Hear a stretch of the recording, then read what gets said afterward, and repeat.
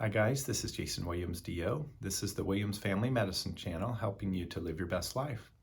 I wanted to visit with you about erythritol today.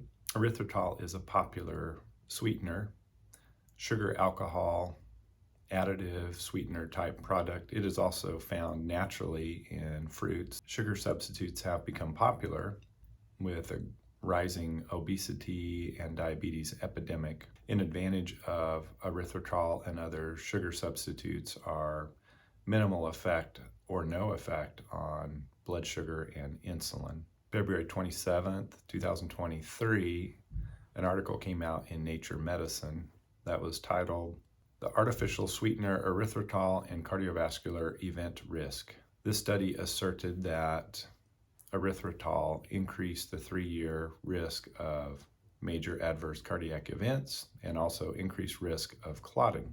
In this study, people with risk for heart disease, such as diabetes, had double risk of cardiac events if they had high erythritol levels in their blood. Blood samples were analyzed from patients between the years of 2004 and 2011, and subsequently in 2018. Patients were grouped into two different groups, the low risk and the high risk, and measurements of erythritol blood levels were assigned to these groups.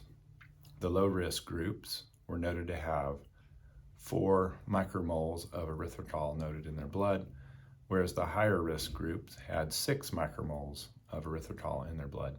This study did not measure amount of erythritol consumed in the diet.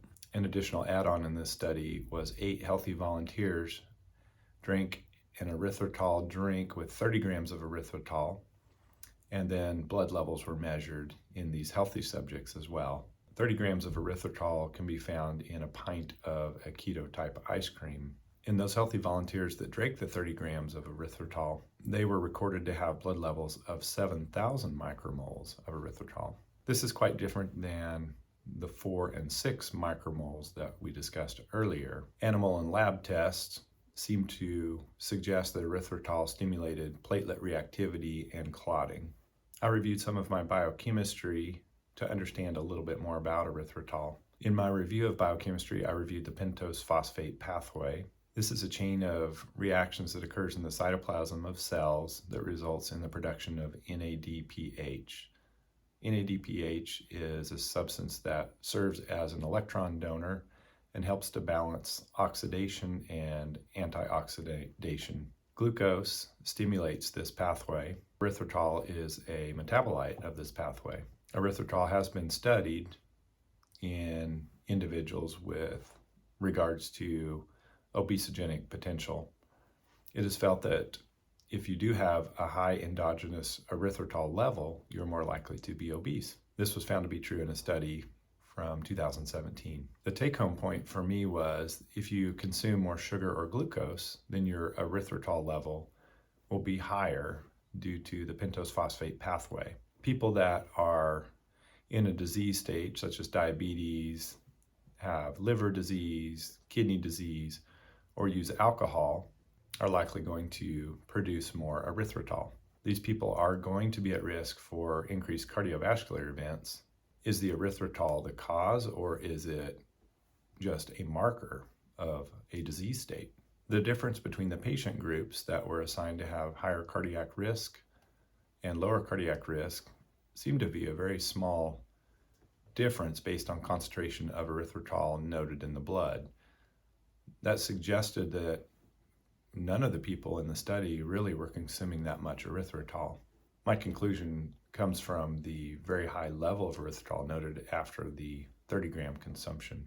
The Cleveland Clinic and Dr. Hazen were involved in this study. Dr. Hazen was also involved in another study regarding TMAO. TMAO stands for trimethylamine N oxide. In this study, it was felt that TMAO levels were increased because of red meat consumption. TMAO is felt to cause damage to the endothelium and inflammation, and when the blood vessel is inflamed, you have an increased risk for atherosclerosis, resulting in heart disease and stroke. This seems to have parallels to the erythritol study. It seems to me that TMAO may be a marker for present disease, but may not necessarily be the cause. Red meat consumption is being targeted and blamed for increasing atherosclerosis. However, this study does not prove that. This brings up the compare and contrast of correlation and causation. Sometimes you can correlate two independent variables, and yet they may not really be related. They just may be two independent variables that seem to be connected in some way. This may be the case both for TMAO and for erythritol. I can't say based on this study if erythritol is safe or not, but it does appear that endogenous erythritol produced by your body through the pentose phosphate pathway may be a marker for disease. It may indicate that you're higher risk for cardiac disease, cardiac events, but this is not surprising as the erythritol levels increase when glucose is increased, a finding with diabetes. Many experts believe that diabetes correlates very closely with heart disease.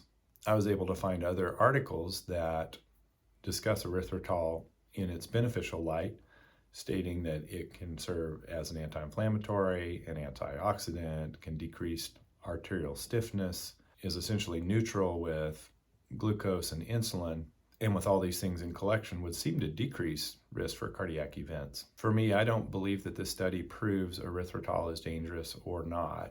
I think it's really a matter of the distinction of causation versus correlation. I don't think erythritol can definitely be implicated in causing heart disease based on any of this information.